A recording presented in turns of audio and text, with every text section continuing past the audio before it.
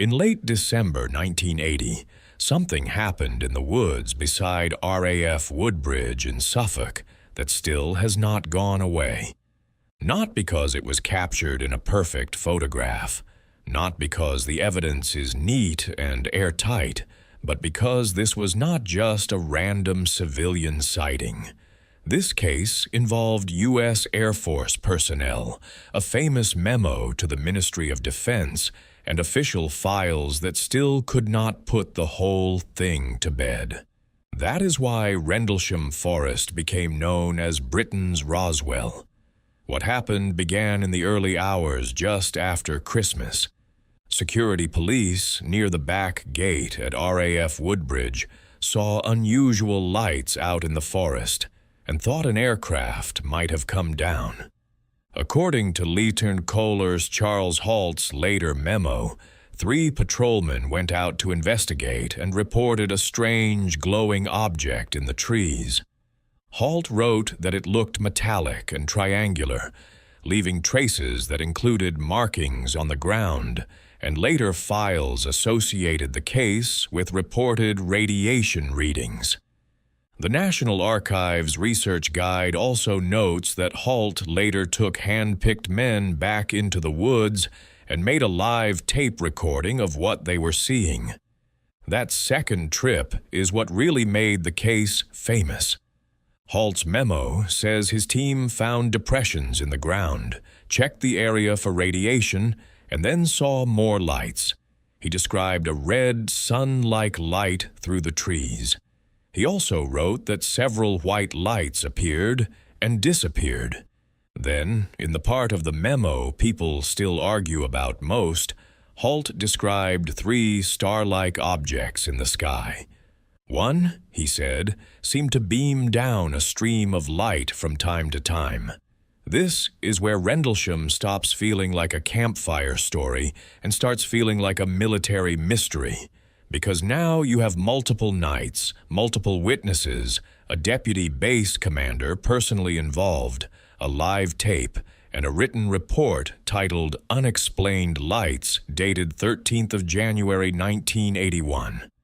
National Archives records say that memo became the core document in the file dedicated to Rendlesham, and yet the official position never became, yes, something extraordinary landed here.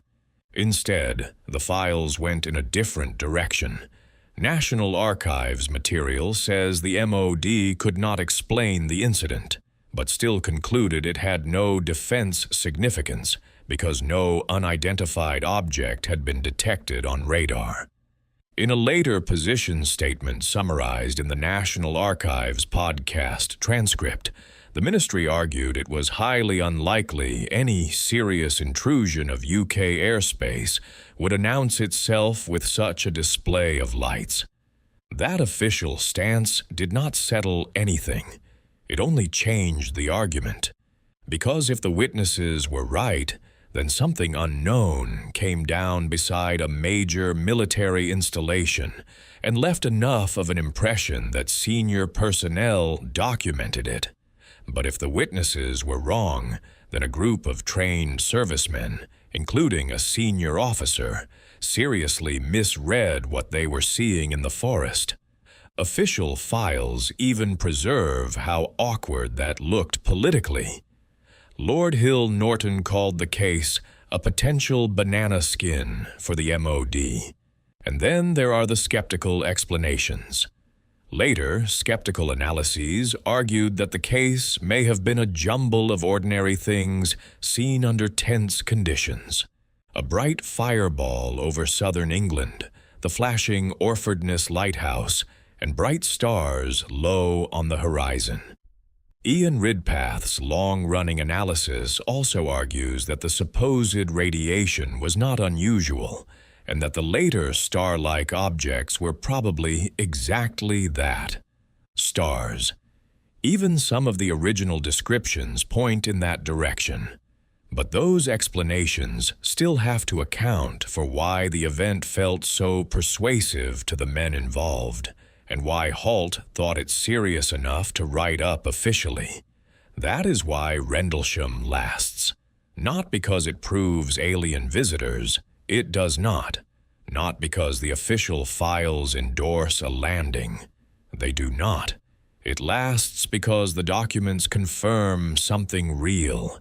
Happened in the sense that trained personnel reported it, a senior officer recorded it, and the government could neither explain it cleanly nor ignore it completely. And that leaves us with the question that has kept this case alive for more than 4 decades. What exactly were the men at Rendlesham Forest looking at in the dark between the trees? This has been Strange Dispatch. If you want more real mysteries, unexplained military cases, and eerie witness stories told straight, subscribe. And tell me in the comments, was Rendlesham a misunderstanding, a cover-your-bases military mystery, or something stranger?